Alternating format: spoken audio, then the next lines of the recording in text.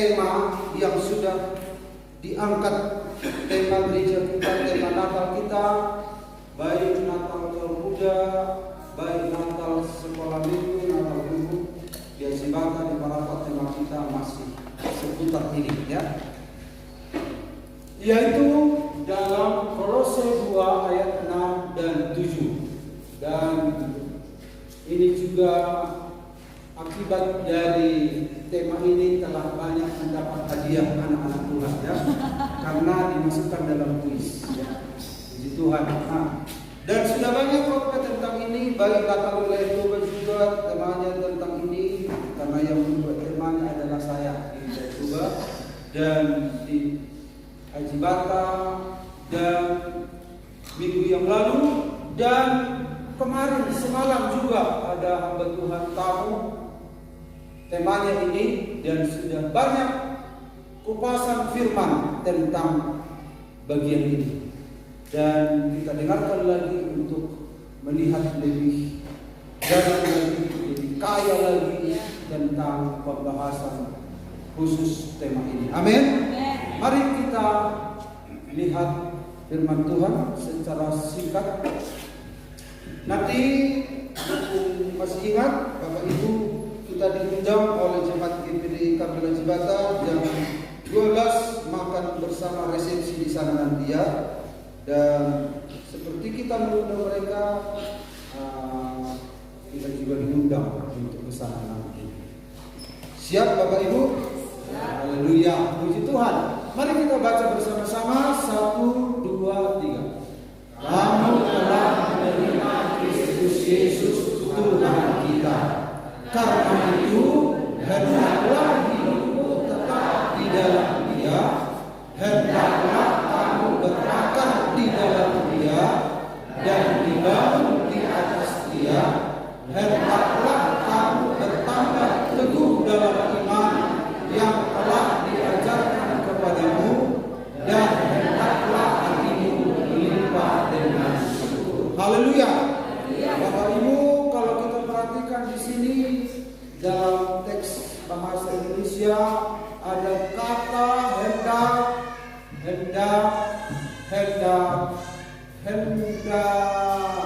Berapa kali hendak? 4 ya. Hendak.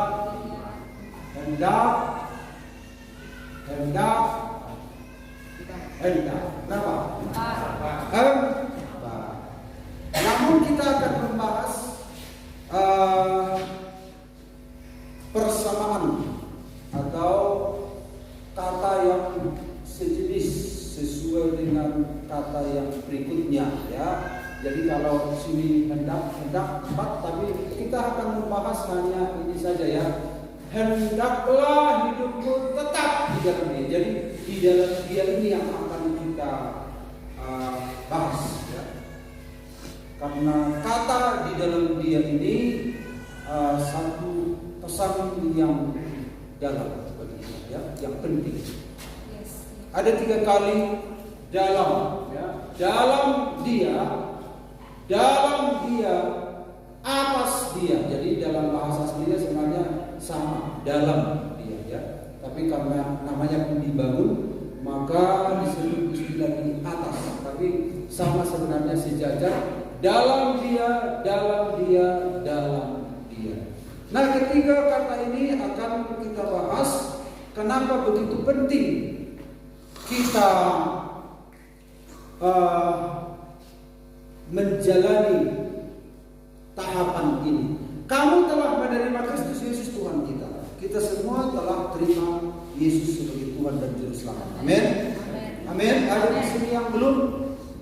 Biar kita mari masuk. Kita nyanyikan sekarang. Sudah yakin bahwa Tuhan sudah ada dalam hati kita. Amin. Kita sudah terima Dia sebagai Tuhan dan Juru Selamat kita. Nah, jadi saudara-saudara, karena itu, terus gimana? Itu artinya ya. Kamu telah menerima Kristus Yesus Tuhan kita. Lalu, jadi terus, terusnya ini akan kita bahas.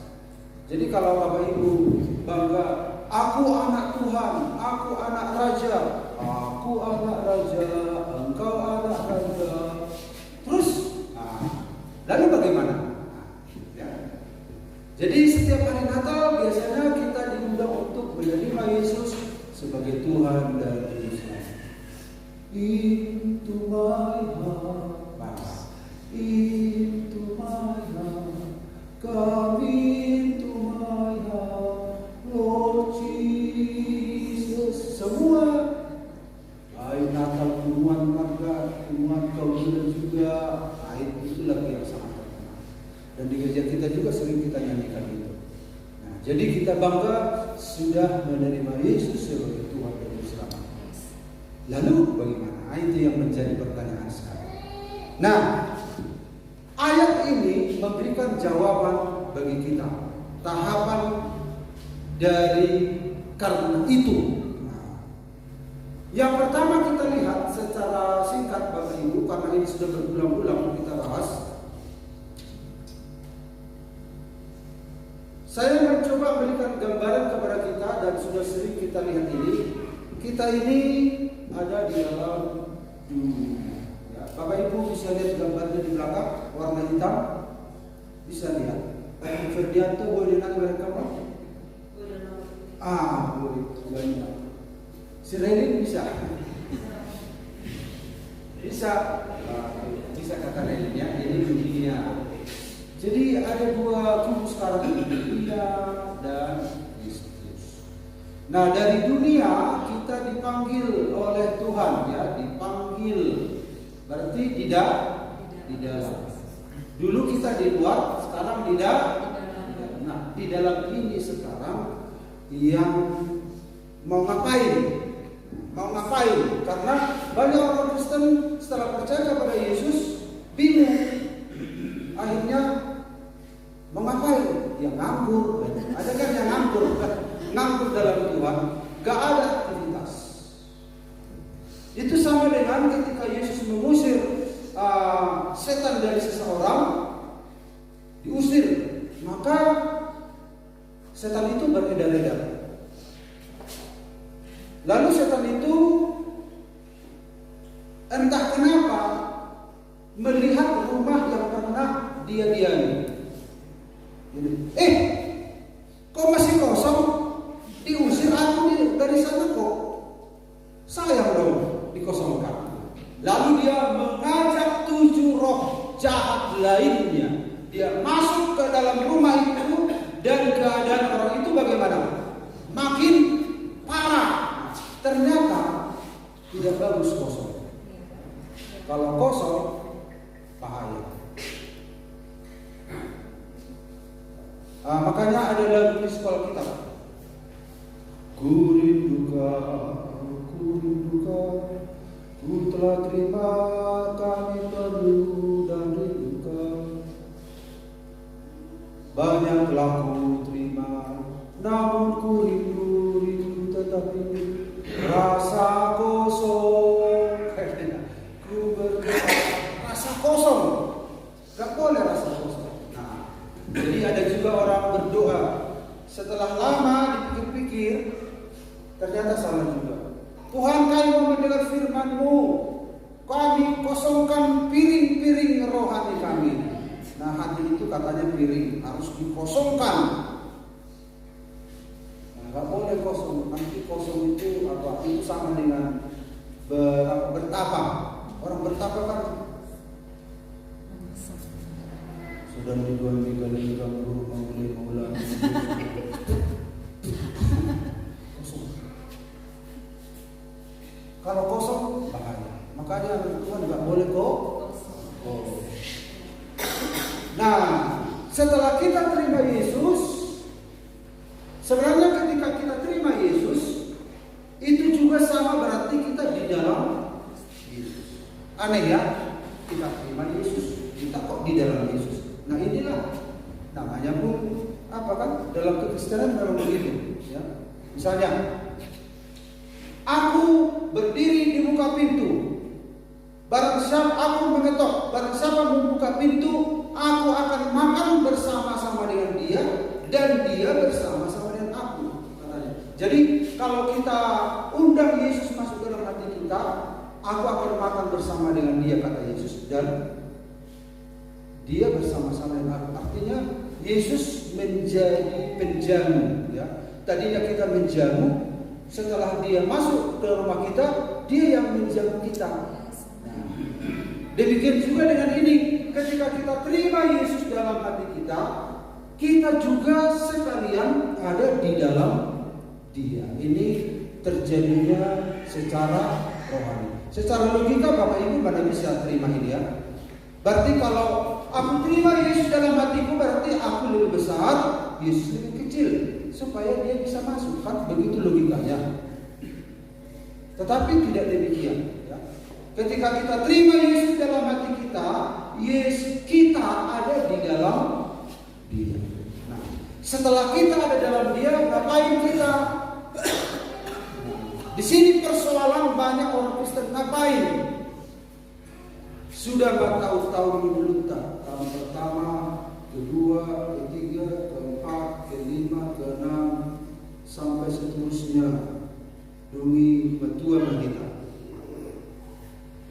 dumi di suku Pauputan kita.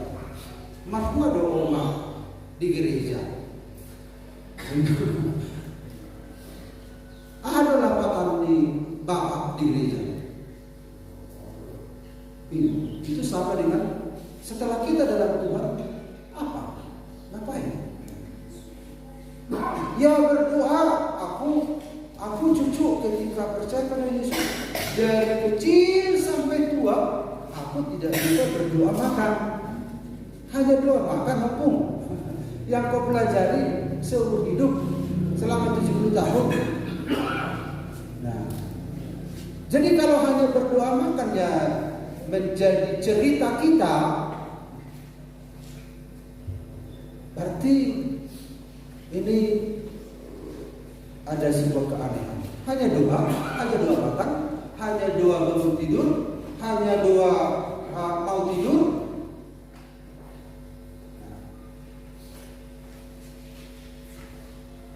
Bagaimana Bapak Ibu? Hanya itukah aktivitas kita? Iya atau ya? Tidak. Berarti Bapak Ibu tidak bisa dijebak. Nah, ketika kita dalam Tuhan, saya ulangi lagi. Makanya disebut gereja. Gereja itu artinya dalam bahasa Yunani eklesia. Eklesia dipanggil keluar dari dunia ini, dikhususkan.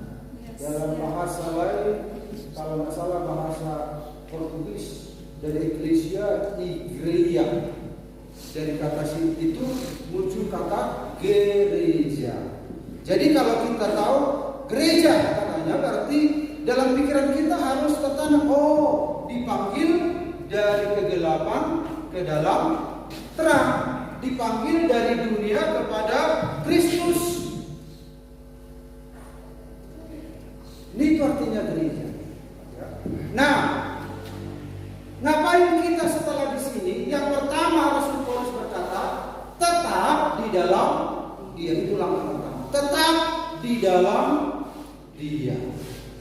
Ilustrasi yang kedua tentang tetap di dalam dia itu sama dengan tumbuhan ini, Bapak Ibu ini. Kan apanya kan berakar, ya. Kita ini sudah tertanam di tengah-tengah dunia. Kita berakar dalam dunia, nutrisi dunia kita tarik untuk menghidupi kita. Kita melekat dengan dunia, lalu kita diambil untuk tertanam di dalam Kristus. Makanya disebut berakar di dalam Kristus. Nah, jadi kedua ilustrasi itu sama, ya. Nanti kita lihat juga tentang bangunan. Pengkhotbah semalam juga menyinggung bahwa orang percaya itu seringkali dilambangkan dengan pohon dan bangunan. Akar dan pondasi itu sama, ya, itu sejalan. Jadi pastikan bahwa hidup kita ini sebenarnya sudah dipindahkan.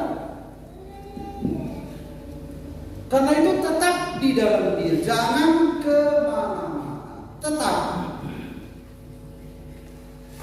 Tetap tinggal di dalam tubuh Tuhan. Jangan gara-gara pekerjaan tinggalkan, gara-gara menikah tinggalkan Tuhan, gara-gara apa lagi, jabatan tinggalkan. Banyak begitu. Makanya ada orang, saya pernah mendengarkan ya, ada dari kepala sampai telapak kaki asli kolonel katanya.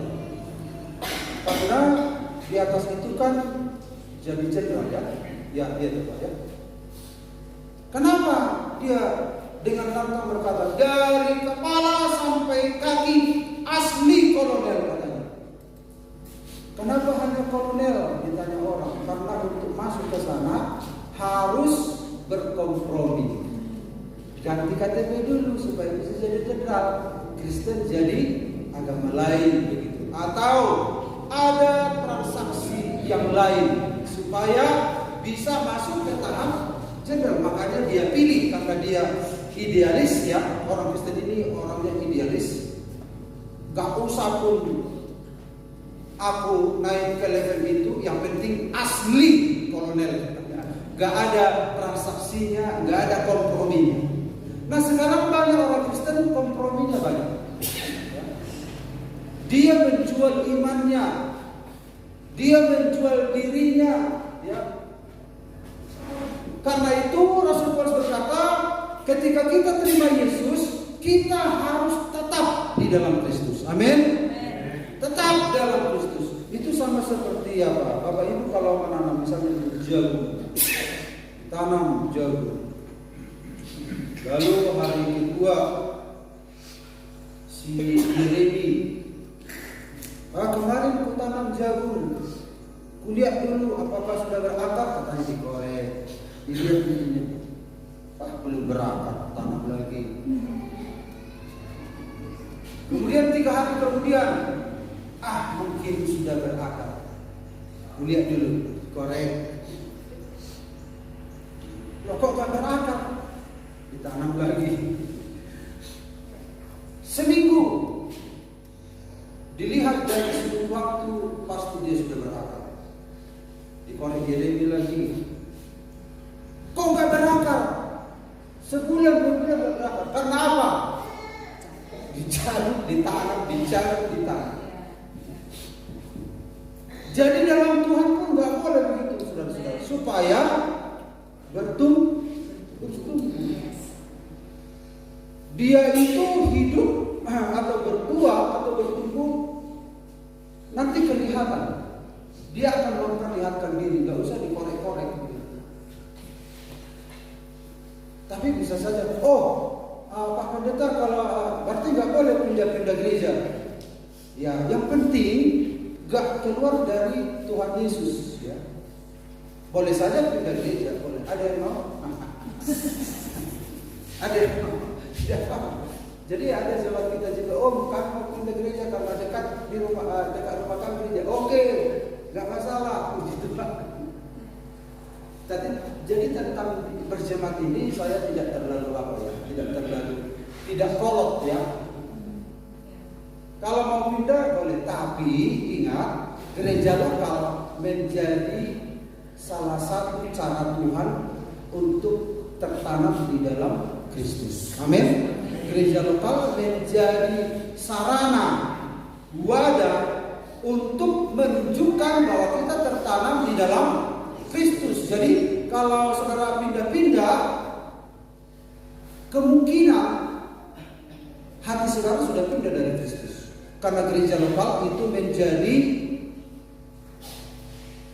tolok ukur, salah satu tolok ukur ya, tidak wajib ya, tolok ukur. Alat kita sekolah untuk tertanam di dalam Tuhan itu gereja lokal. Gereja lokal. Tapi satu waktu kalau saudara ada masalah, ada oleh satu dan lain hal, saudara pindah gereja boleh-boleh saja. Tapi intinya adalah saudara tertanam di dalam Kristus. Tapi gereja lokal itu sekolah untuk belajar di dalam tertanam dalam Kristus. Jadi saudara harus mengerti tentang posisi gereja lokal dalam pertumbuhan kita. Dan tidak boleh juga kaku ya pemahaman kita tentang gereja lokal ini, supaya Tuhan tidak marah sama kita ya. Intinya adalah kita harus tertanam di dalam Kristus. Tetap. Karena kalau di luar Kristus kita akan dihukum. Kita akan dihukum. Sudah berada di bawah hukuman katanya. Bukan akan dihukum, tapi sudah berada di bawah. Siap untuk dihukum. Tapi puji Tuhan, Dia memanggil kita. Dia mencabut kita dengan kekuatan kuasa salib Kristus, dan kita menerima nutrisi dari Kristus. Akar kita merambat, dan fungsi akar ada CCA kemarin, dan yang bisa menjawab itu adalah Pak Jeremy. Apa dia Pak Jeremy fungsi akar kemarin? Menopang pohon supaya kuat walaupun angin datang, tapi akar itu mempertahankan dia. Terus menyuplai makanan, nutrisi dari akar ke pohon. Terus iya, untuk memungkinkan pohon itu menghasilkan buah. Jadi buah kita serap dari mana? Dari Kristus. Sari-sari makanan kita dari Kristus, dan kekuatan kita terletak pada kekuatan Kristus, karena Kristus tidak berubah dulu, sekarang, dan sampai selama-lamanya. Dunia ini berubah-ubah. Baru di Cianjur gempa. Sekolah kitab kami, karena kami sekolah kitab di sana, hancur. Rumah-rumah, dan terus mereka ke Sukabumi dan seterusnya. Artinya adalah bumi ini tidak tetap. Karena saudara-saudara, bumi itu diciptakan di dalam kehampaan. Jadi dia itu gak ada yang menahan dari atas, gak ada yang menopang dari bawah. Bumi itu dicipta dalam kehampaan. Semua planet-planet itu ada dalam kehampaan, hampa.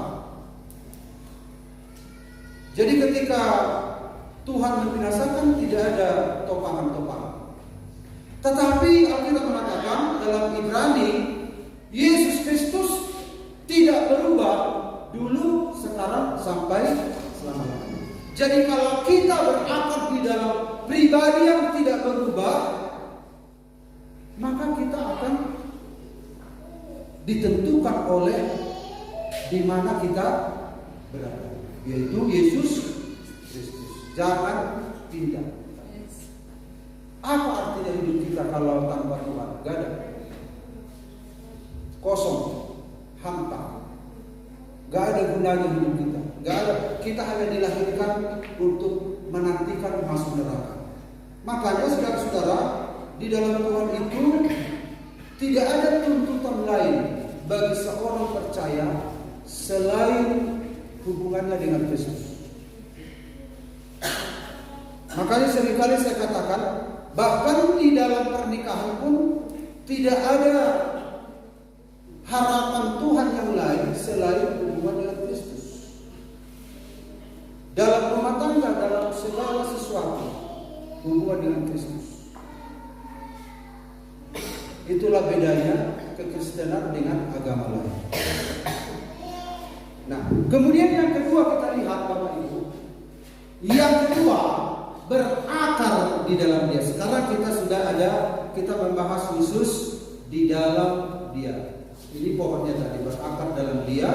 Nah, kalau berakar itu tadi sudah diberitahu oleh Mas Jeremy tentang fungsi akar itu.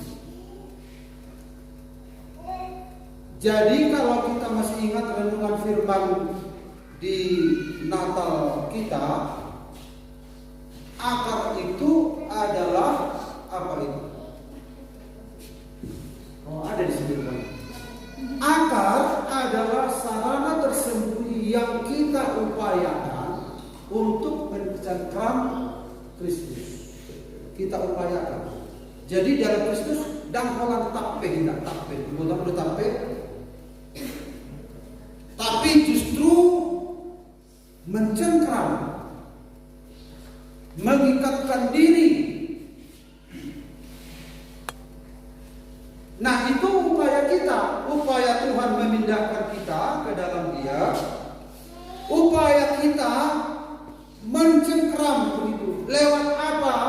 Lewat doa, lewat puasa, lewat meditasi, perenungan. Jadi kita harus berdoa,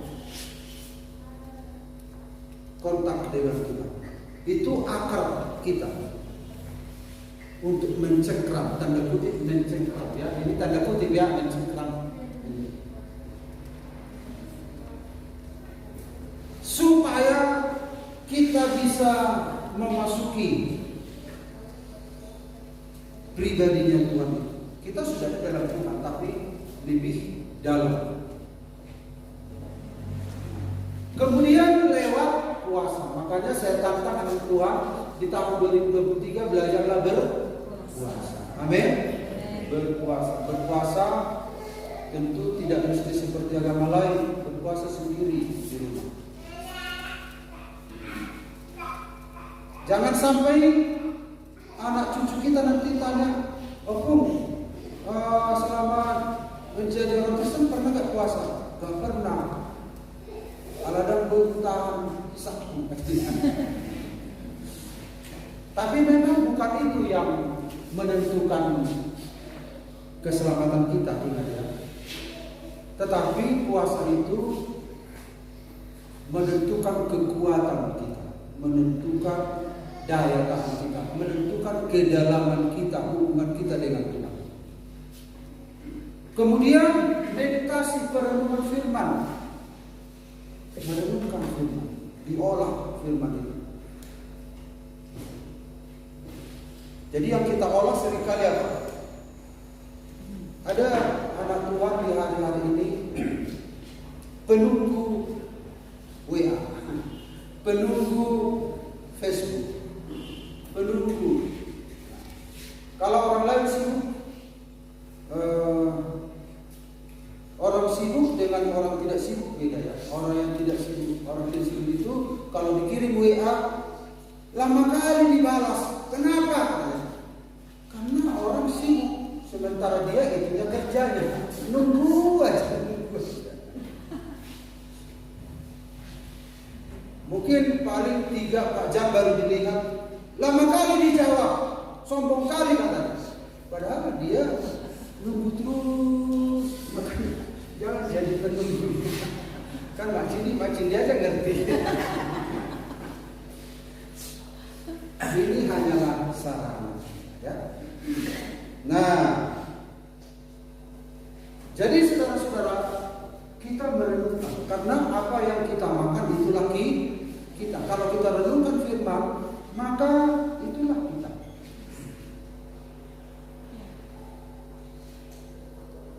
Ada nyanyiannya, ada nyanyian apa itu? Oh ya, nyanyian si Wibowo kali itu ya, kalau nggak salah. Aku suka singkong, kau suka keju, nggak bisa gitu Pak. Aribo ya. Aku suka singkong, kau suka keju. Oh. Apa maksud lagu itu? Artinya jangan samakan aku dengan engkau. Aku itu makan singkong, kau makan keju. Artinya aku orang yang tidak berada, kau orang berada. Orang berada kan makan keju kan? Makan singkong berarti orang tidak berada. Nah, kalau aku makan singkong jangan samakan. Yang aku makan adalah aku. Nah, aku adalah apa yang aku makan. Kalau aku makan singkong berarti struktur tubuhku singkong. Jangan heran kulitku begini karena singkong. Kau kan yang kau makan keju.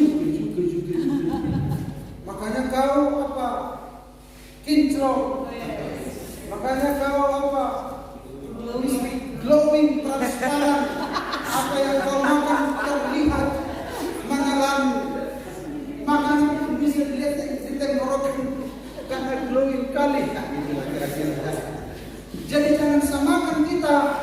kita ini beda. Maksudnya apa? Lewat lagu itu juga kita dipengerti. Ternyata apa yang kita makan itulah kita. Amin. Kalau Bapak Ibu makan informasi dari dunia ini, saudara renungkan, saudara bermeditasi, maka itulah saudara. Apa yang saudara renungkan itu membangun diri saudara. Kalau saudara renungkan firman, itu juga membangun diri saudara. Apa yang saudara makan itulah saudara. Amin. Kalau saudara renungkan ini, renungkan majalah ini, tonton di sini, sonayang ada suamiku. Kan jadi masalah. Iya dengan istriku baru naik. Kan jadi salah. Padahal kita mengatakan dalam pikiran pun sudah berdosa. Makanya di zaman sekarang jadi aneh sekarang. Orang lain dia bilang, hei suamiku katanya. Padahal punya suaminya dia. Kan jadi rusak. Jadi rusak. Para dagang sehingga patut dia sehingga sudah. Apa yang kita renungkan itulah kita. Jadi kalau kita renungkan kesalahan orang juga, apa yang kita pikirkan? Kita seorang Kristen kita berdoa Tuhan, tapi masih ada sakit hati, kepahitan. Tuhan, saya arawan makareta karena masih itu popoli. Bukan kehendakmu Tuhan, kehendakmu. Alangkah semua lembah-lembah doa Tuhan bertindak. Karena Tuhan, hati naik Tuhan. Walau seorang untuk bertindak, kau Tuhan. Baru saya bertindak Pak. Besar anugerah kasih Allahku sungguh telah terbukti. Akhirnya gak bertumbuh di dalam Tuhan. Bermeditasi, renungkan hal yang baik. Makanya dikatakan dalam kitab, semua yang baik, semua yang sedap didengar, semua yang apa lagi? Ya.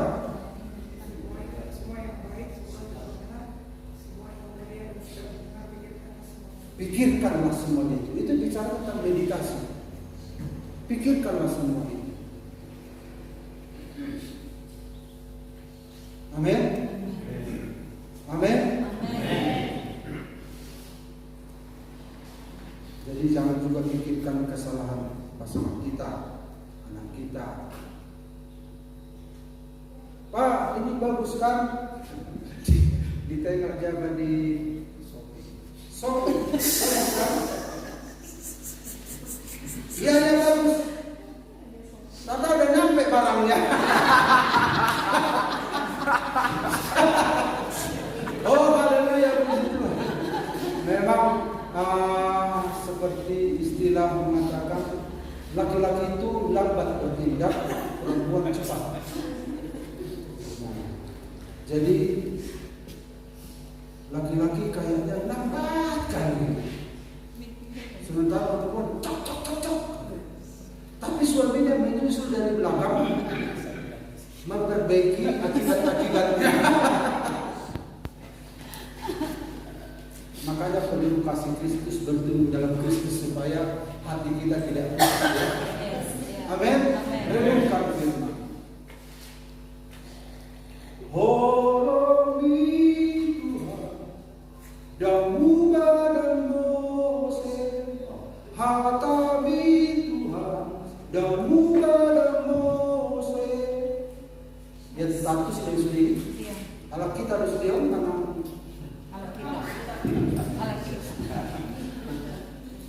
jadi hati Tuhan tidak berubah Moses, tidak berubah bercakap. Mempengaruhi pikiran kita. Akhirnya apa yang terjadi? Firman. Yes, haleluya. menjadi daging. Yes. Tingkah laku kita, pikiran kita, action kita, segala macam. Nah ini ditakuti oleh iblis. Padahal Yesus nageleng kan? Kan kita kan Yesus kecil kan? Yes, amen. Ada yang naik Yesus itu syukur banget. Yesus sudah barat. Semua akan Yesus nageleng karena kita sudah mulai segambar dan serupa dengan Yesus. Haleluya. Yang terakhir, nah ini ilustrasi yang kedua, berakar itu sama dengan fondasi, ya, di mana bangunan kita didirikan. Ya. Fondasi adalah dasar bangunan yang terdapat di bawah permukaan tanah, tempat bangunan didirikan yang berfungsi menopang bangunan di atasnya. Ini baik akar, baik fondasi itu sama, ya. Itu adalah Yesus Kristus menjadi dasar kita. Kemudian yang ketiga yang terakhir, hendaklah kamu dibangun di atas Dia. Nah setelah kita percaya kepada Yesus, terus apa katanya tadi? Yang pertama, tetap jangan kemana-mana, ya. Nampe godaman kasih tahu, nampe godaman masalah. Tetap. Yang kedua, berakar. Yang ketiga adalah dibangun di atas Dia. Berarti tidak hanya fondasi kan? Kita nggak mungkin membuat sebuah fondasi tanpa bangunan. BPK fondasi, terus gimana? Nanti satu waktu juga banyak anak Tuhan yang hanya fondasi saja. Hanya kemurahan Tuhan saja, tidak ada bangunan. Harus ada bangunan. Nah, 1 Korintus 3 ayat 12-13, entahkah orang membangun di atas dasar ini? Jadi Yesus Kristus adalah dasar kita. Orang bebas membangun apa di atasnya sesuai dengan pertumbuhan rohaninya. Entahkah orang membangun di atas dasar ini dengan emas, perak, batu permata, kayu, rumput kering, atau jerami. Nah kita lihat di sini ada dua kelompok mutu bangunan. Setelah ada fondasi, setelah kita terima Yesus, lalu anak-anak Tuhan membangun dua jenis bangunan. Nah, dua jenis ini adalah pilihan-pilihan kita. Jenis yang pertama emas, perak, batu permata. Yang kedua kayu, rumput kering, atau jerami. Sekali kelak pekerjaan masing-masing orang akan nampak, karena hari Tuhan akan menyatakannya, sebab ia akan nampak dengan api, dan bagaimana pekerjaan masing-masing orang akan diuji oleh api itu. Artinya kalau kita sudah terima Yesus, berarti kita sudah mendapatkan fondasi. Tapi jangan hanya fondasi, harus ada bangunan. Bangunan itu tanggung jawab kita membangun di atasnya. Nah, kita lihat Bapak Ibu, ada orang yang membangun di atasnya dengan begini. Cocok enggak dengan fondasi? Cocok? 3 kali orang ini kelewatan. Jadi kalau orang Kristen sudah dapat fondasi yang bagus, Yesus Kristus, batu karang yang teguh. Kalau kita membangun seperti ini, kelewatan. Makanya anak Tuhan banyak yang kelewatan. Gak seimbang.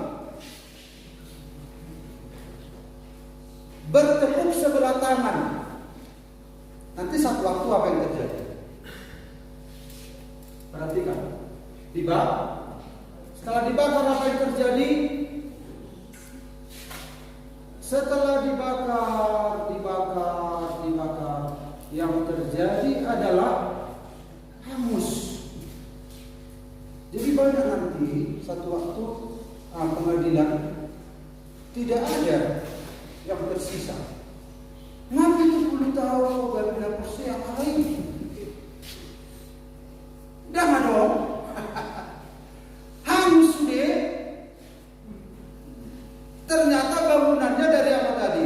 Kayu, jerami, rumput. Memang indah bangunan itu. Memang ada wujudnya. Tetapi awas, ada alat untuk mengetahui apakah itu bangunan iman itu hanya fata morgana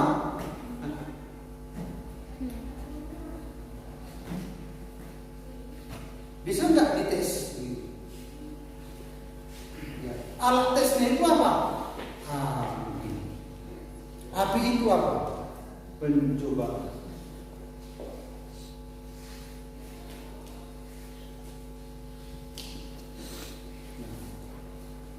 Harus hati-hati Bapak Ibu. Lalu kita lihat ketika dia diuji oleh api dan hasilnya adalah hangus. Makanya Alkitab mengatakan seperti orang yang ditarik dari api.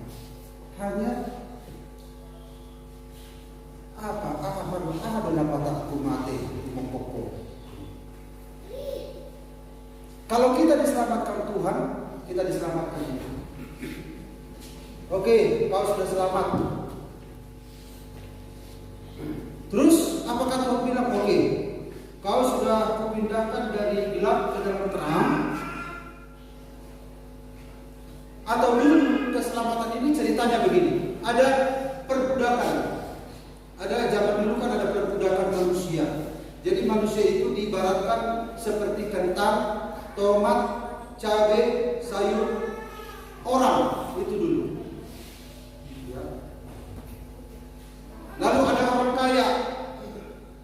Kalau zaman dulu ada jual beli budak, sama seperti jual beli kentang, sayur, tomat, cabai dan lain sebagainya.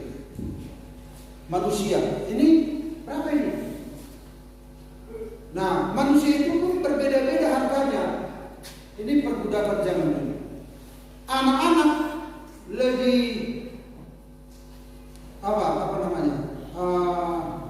agak mahal lah, karena masih banyak kesempatan untuk mempergunakan dia.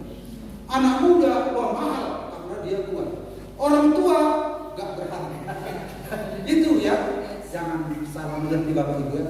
Karena itu perbudakan di zaman dulu begitu. Manusia itu berbeda tingkat harganya.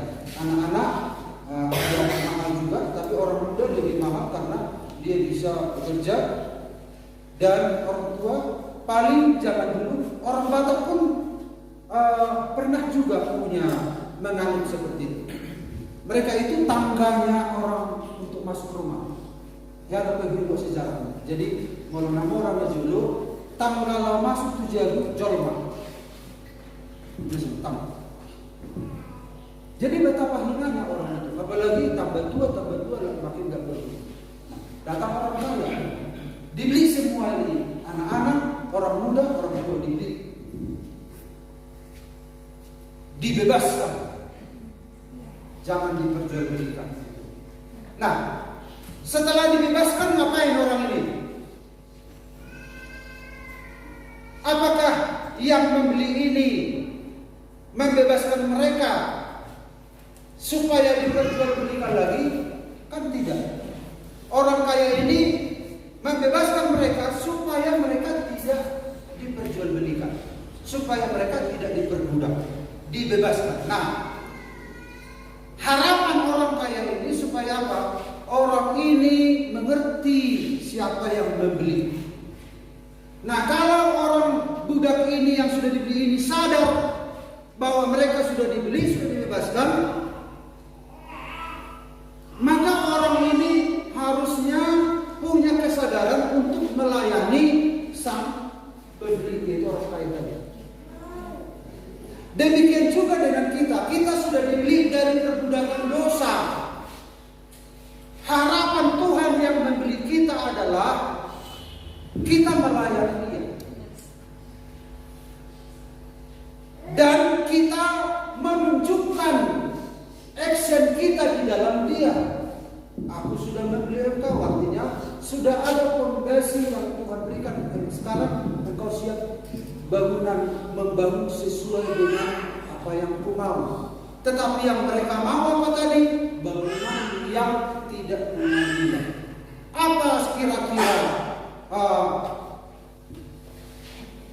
respon atau tindakan orang kaya? Pasti nggak setuju. Demikian juga dengan Tuhan. Gak mungkin seperti ini. Tuhan menginginkan bangunan di atasnya. Nah, ini kita lihat.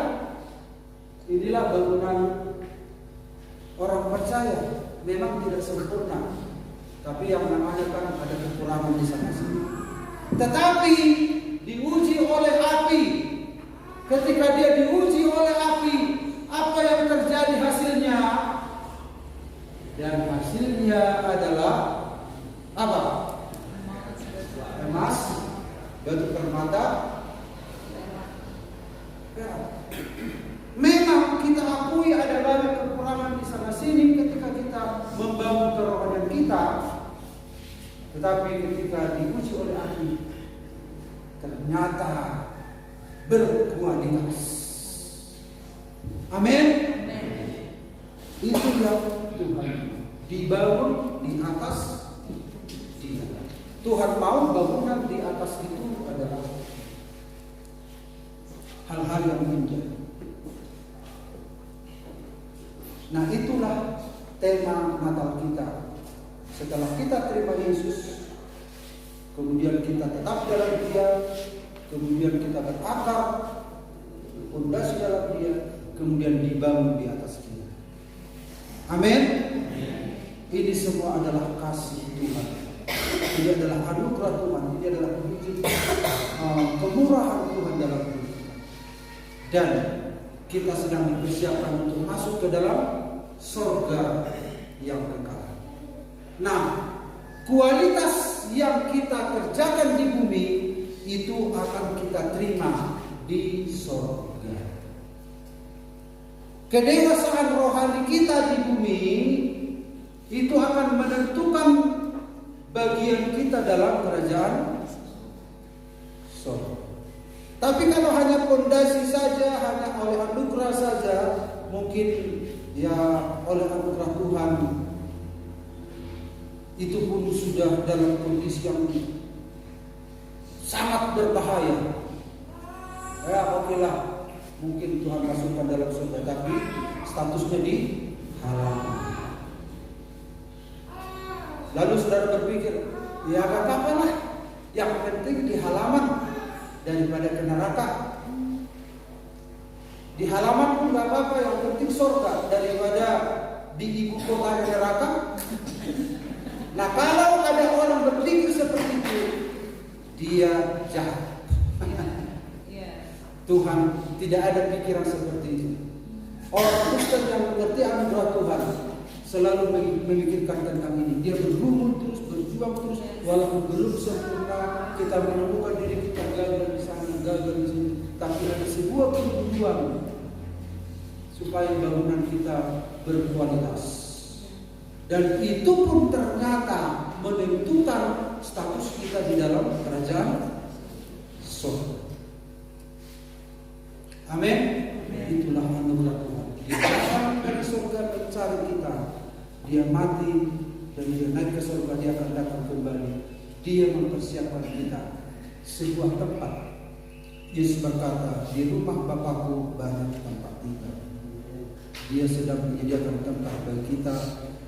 Kasihnya luar biasa atas kita. Amin. Pemain musik silakan datang ke depan.